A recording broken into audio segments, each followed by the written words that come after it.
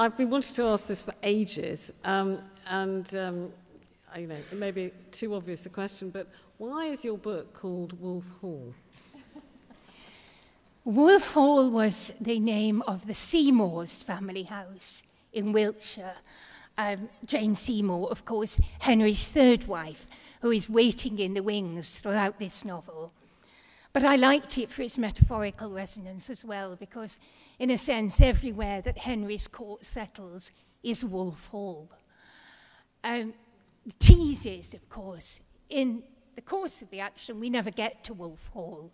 It's where the characters are going in the very final paragraph. I liked the idea of a novel that was in progress, like an arrow shooting forward to that last full stop.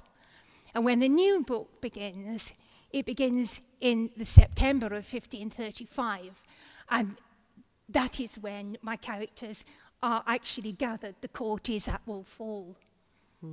What I loved about, especially about the passage you read, which is one I think that everyone remembers who's read the book, is the way that you bring all these things together, but then little Princess Mary has period pains, and that's just, you know, that is something you just don't ever think about, associate with the Tudor period, but of course you bring it so wonderfully to life, you know.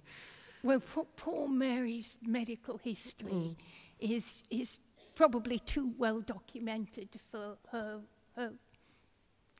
privacy, if the dead are entitled to privacy. But one thing was that she did suffer throughout her life from menstrual pain, which, of course, very difficult days. Mary is at this stage the heir to the throne. Can a woman rule? This is a big 16th century question.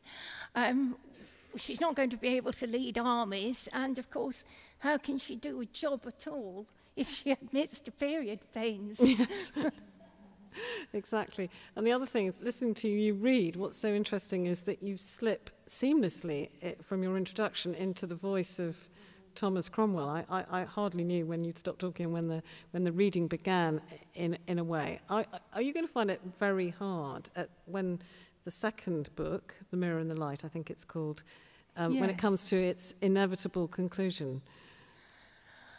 Well, there won't be a sequel to that one, I can tell you.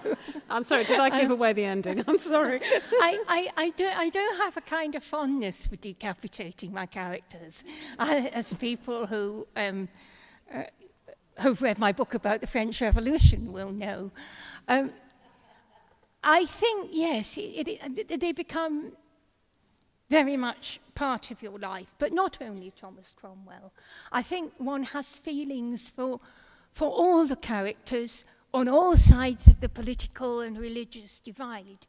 I have the task soon of killing off Catherine of Aragon in my new book, and I know that this last scene, her last meeting with Cromwell, yes, it will be packed with emotion.